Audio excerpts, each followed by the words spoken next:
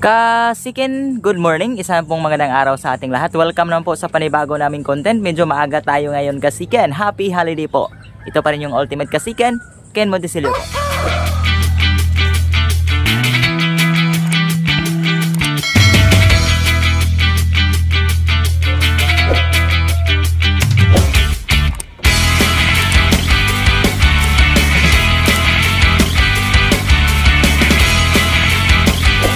Welcome back ulit sa ating YouTube channel mga Kasikin.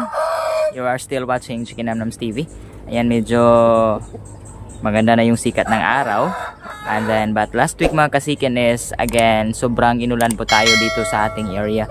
Kaya, for today's video is, i-share po namin yung mga pangunahi pong problema kapag po, again, nag-uulan. At sa ngayon nga po pala is, meron na kaming mga in-isolate po na mga manok dito sapagkat tinamaan na po sila ng sakit. Common po na sakit kapag umuulan mga Kasikin is yung nag-iipot na po ng birdi yung ating mga alaga. Yung pong tinatawag natin na avian malaria. So ipapakita ko po sa inyo.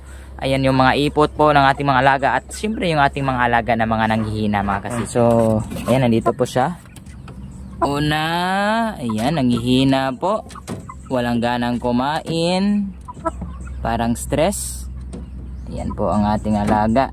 Ito po isang basilan po na 3 months old na pulit. Ayan yung kanyang ipot. Ayan, nasa ibaba. May kahalong puti at berde. So, avian. At saka, pwede na rin tinamaan din ng salmonella mga Kasikin. So, medyo malala po ang kanyang sakit.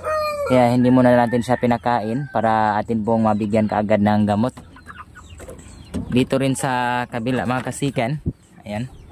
Dito rin, meron din tayo ditong shamo na malapit ang mag 4 months. Kung napapansin nyo, sobrang dami pa pong laman ng kanilang mga butsi. Ayan, hindi po sila tunawan, hindi na kumain, hindi uminom dahil nga din tinamaan din ng avian malaria. So, Kasikin, bago nga pala tayo magpatuloy, lalong-lalo na sa pagbibigay po ng lunas sa ating mga alagang tinamaan ng avian malaria. Ayan, pumasok muna ako dito sa amin pong ranging area para po ma-check natin kung meron pa bang iba sa ating mga alaga yung nanghihina pa para again masabay na rin natin. Dahil usually po yung mga natatamaan ng sakit na avian malaria is yun po talagang mga manok natin na naka-range. So, yung mga nasa kalungan kahit papano ay medyo safety sila, but still there's a possibility po na matamaan pa rin sila ng avian malaria sapagkat yung avian malaria po na sakit ay dulot po ng kagat po ng mga lamok. So kapag umuulan, so it is expected na medyo marami po yung lamok, and then again avian malaria is very common po. Kaya nga atin muna silang i-check. So samahan nyo ako mga Kasikin at tingnan natin kung meron bang mga namumutla, nanghihina, or parang walang ganang mabuhay. So ating i-check. Ayan, so tingnan natin. Nandito sila. Wala pa sila makakain. Ayan. So let's try to observe. But yung iba kumakain na ng mangga. So buti naman yung ibang kalagayan. So tingin ko yung isa. Makikita naman talaga natin sa forma mga Kasikin. Ayan, yan. Kukunin natin yan. Okay. Alam ko may dinaramdam yan. Kasi yung healthy po talaga ng mga manok, ayan, kahit pa paano, hindi po yan nagpapakita ng kahit anong simptomas, kagaya yan. So, yan po talaga siya mga Kasikin, kung napapansin nyo. Ayan. Ayan. So, mas mabuti na maaga ay bibigyan kaagad natin ng lunas. So, kukunin natin yan. Huli natin yan mamaya. Dito tayo sa iba. Yan, so far okay naman yung mga nakadapo sa mangga, wala namang problema siguro. Lapit tayo, and medyo maila po sila mga Kasikin. Dito tayo. Okay, sa tingin ko yung isa lang po yung may problema. Okay, confirm. Isa lang. Thanks God, isa lang po yung bibigyan natin ng lunas ngayon. So, ayun mga Kasikin, may isa. So, in totality, meron tayong 4 na gagamutin po natin maan ng avian malaria. Kaya, ipapakita ko po sa inyo yung pong gamot po ng ating avian malaria. Para naman po, ma-save pa natin. Dahil, kadalasan pong nangyayari kapag hindi kaagad natin nagamot yung avian malaria, hinayaan lang natin mga around 2 or 3 days. So maaaring makumatos po at mamatay po yung ating mga alaga dahil nakababahala po talaga ang sakit na avian malaria. Kaya mga kasiken, tara po, samahan niyo po ako. Kasiken, welcome back ulit sa ating YouTube channel. So maaga po akong pumunta doon sa tindahan. Wala pong problema kasi kapitbahay lang po yamin yung nagtitinda. Noon po nagtitinda kami, but again nag-close po kami ng tindahan sapagkat medyo busy na sila, si mama, sila lang po yung nakabantay. Kaya ayun, sa kapitbahay na lang tayo bumibili po ng mga gamot para sa ating mga alaga. Kaya again, nandito na po sa aking kamay. Ayan, kung napapansin nyo, tingnan natin. So mainly kapag avian malaria o di kaya salmonella, so ang sinisigurado ko pong gamot na bibilhin is yun po talagang gamot na antibacterial. Kaya ayan, ito po ay produkto po ng Excellence po. Ayan, I think this is very common. It's Ambroxetil po. Ito po yung ihalo namin sa tubig dahil nga with feeding kami. So kapag kami nagpapakain, bigyan ka namin ng konting patoka, yun namin pong kagamutin. And then ito po yung isasahog natin sa kanilang patoka. And then dito na sa aming mga previous vlog, palagi ko po itong na-mention, napapakita. Ayan. So produkto po ng LDI, Doxilac tablet po. Ayan, so papakita natin yung laman. So dahil po yung papainumin natin is nasa around 3 to 5 months old, kaya ito po yung laman ng ating Doxilac kasiken. Ayan, sobrang liit lang. So isang manok, isang tableta po. So sinadya talaga natin na Doxilac yung gamitin sapagkat yung Doxilac ay may doxycycline, at the same time ito rin po ay antibacterial din. Kaya ito yung gagamot natin. So samahan nyo ako kasiken at bigyan kaagad natin ng gamot yung ating alaga.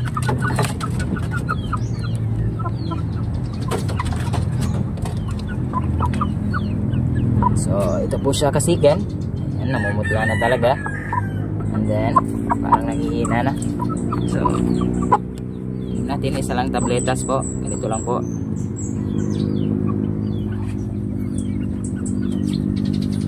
Ayan, tapos na. So mamayang hapon kasiken ay bibigyan natin ito ng kaunting patuka. Ayan, na may sahog po ng Ambroxetil. At i-update ko po kayo sa susunod na mga araw kung masisave pa natin ito. So medyo naalanganin po tayo sa pagbili ng gamot sapagkat ito po ay nasa 2 to 3 days na simula nung atin po siyang nilagay sa kulungan. Kaya hopefully po ma-save pa natin ito. But yung mga shamo natin, so siguraduhin natin yun sapagkat ngayon lang natin sila na mataan po na may avian. So yun pong isa doon sa free range natin.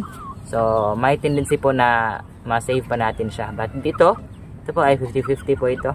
But we are hoping positive po ang resulta ng ating paggamot. Okay? Okay, so dito na tayo sa pangalawa po nating manok kasiken. Ito po ay isang shamo na dumpo. Ayan. So kung sa tingin nyo parang okay, but again, ay medyo mainit po yung kanyang katawan. So parang nilalagnat din. Ayan, walang ganang kumain. Ayan. So bigyan natin ito sa kanya. Kahit po meron pa pong laman yung kanyang butsi. Ayan. So bibigyan na natin.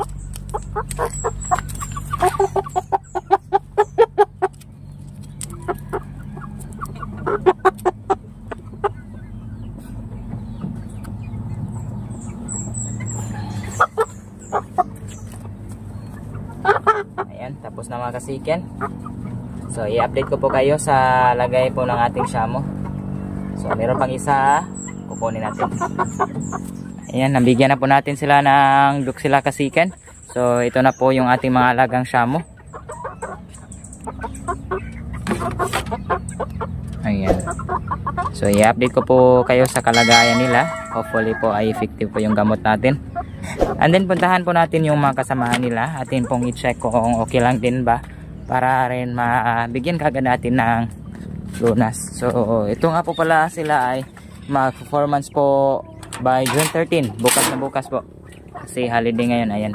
So far, naubos naman yung kanilang patoka. Ayan. So medyo okay naman yung mga kapatid ng ating shamo. Bali 8 piraso po sila lahat. Ayan. Okay, so far goods naman. But then again, meron tayong nireserba po na Doxilac kung sakaling may manghina po sa kanila. So, ayun na po mga kasiken. At bago nga po pala tayo magtatapos mga kasiken, meron na po tayong mga kaibigan po na ayan, palaging sumusubaybay at sumusuporta sa atin. So, as appreciation po, isa-shoutout po natin sila. So, ang una nating i-shoutout sa iyo, Sir Jonathan G. Salazar from Burgos, Moncada, Tarlac. Good morning kasiken. Lagi ako nanonood video mo, pa-shoutout po. Ayan, so maraming salamat from Tarlac. Another, pa-shoutout kasiken from Butuan City. Sana makabili ng manok sa inyo pang simula. From Jemmy Lanti Puesto. Okay, shoutout sa iyo kasiken. And then another from The Wire Vids. Nindot ni maudi ay ni panguntra sa bunok dol. Shoutout dol from Bantayan Island. So ang atong Kasibuano dyan from Bantayan Island. So pinakasipa nga shoutout sa imo diha kasiken. And then we have astig na mga alaga mo bro, pa shoutout po, salamat. Okay, from Sir Kamatanan TV. Okay, and another idol, pa shoutout ako idol dito sa North Cotabato sa next mong video. Alright, so another supporter natin from North Cotabato, Sir John Benedict Diaz. Okay, so mga kasikin, marami pong salamat sa inyo. At sa lahat po ng ating mga solid subscribers, supporters sa amang sulok ng mundo, isang pinakasipa nga shoutout sa inyong tanan. So before tayo magtatapos ay bigyan muna natin ng kaunting patoka yung ating pong mga alaga. At God bless.